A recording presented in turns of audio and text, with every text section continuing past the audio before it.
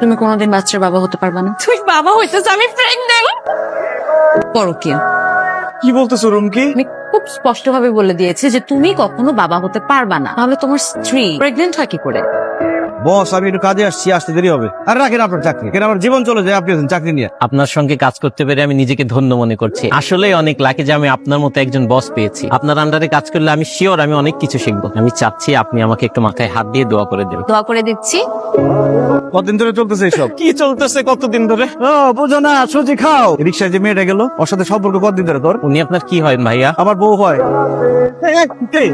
কতদিন ধরে চলতেছে এইসব? 2-2.5 মাস যাবত। কি আলিম তুমি অফিসে যাও না? অফিসে গেলে তোমাদের হাতে নাতে ধরতে পারতাম। বলতেছো এগুলো হাতে নাতে ধরছো মানে? তোমার সাথে আমি পরে কথা বলতেছি। তুই কে? তোর ঘরে কি মা বোন নাই? আরেকজনের বউ নিয়ে ঘুরতে ইচ্ছা করে? কি এসব উল্টাপাল্টা বলতেছেন? আমি পাঠাও ড্রাইভার, ম্যাডাম আমরা কল করছে, আমি চলে আসছি। তোমার কি বলদ মনে হয়?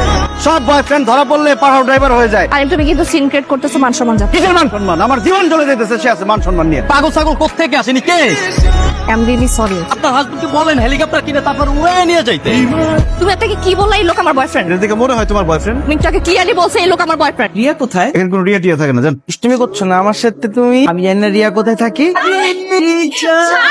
কি করতেছিস?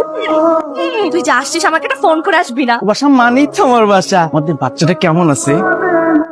জান ভাইয়া আমাকে এত জোরে ব্যাট টাচ করলো কেন? আমি ব্যথা পেয়েছি। ভিতরে চল, মানে বাচ্চা হইতো নাকি? তাহলে পড়াইছে না জানাচ্ছি করেন, তার টাকা দিয়ে দিব না। যা এটাই তো সবচেয়ে ভাইটাল সময় যদি আমার জানের কেউ কেয়ার না করে তাহলে কি হবে? তুই খা না, আমি খাইতেছিস, তুই বস, তুই খা। আগে তুই খাবি, তারপর বাবু খাবে, তারপরে আমি খাবো। পারবো না। ওকে কে দিচ্ছে? তুই যদি খাস আবু খেতে পারবি। না দিস হিসাবে কিউট হবে। অনেক হয়েছে, তুমি তো আমাদের মেহমান, শুধু তুমি খাওয়াই দিলে হবে? আমরা খাওয়াই দিব না বাবু? আমি এখন তোমাকে খাওয়াই দিব। কোনটা খাবা বলো? ভাত খাবা, কচু খাবা, মাংস খাবা, না মাছ খাবা? কচু দিয়ে একটু কচু। অনেক ধন্যবাদ ম্যাডাম। কিরে তুই আমার দিকে এরকম চমকা উঠলি কেন? আপনি আসমকা দেখে আমি ভয় পেয়ে গেছি তো তাই। আমারে কি তুই জীবনের প্রথম দেখলি? আমারে দেখে ভূত দেখার মতো চমকা গেলি কেন? কতদিন ধরে চলতেছে সব? কিছুদিন ধরে গরিব মানুষ তো, অভাবে স্বভাব নষ্ট হয়ে গেছে গা। ও গার্মেন্টস চাকরি করতো, ও তো মরে গেছে গা। এখন একা একা লাগতেছে, আমার ভুল হয়ে গেছে গা। আপনি কি? না কিছু না, বুঝলা যান, কিছু নাই।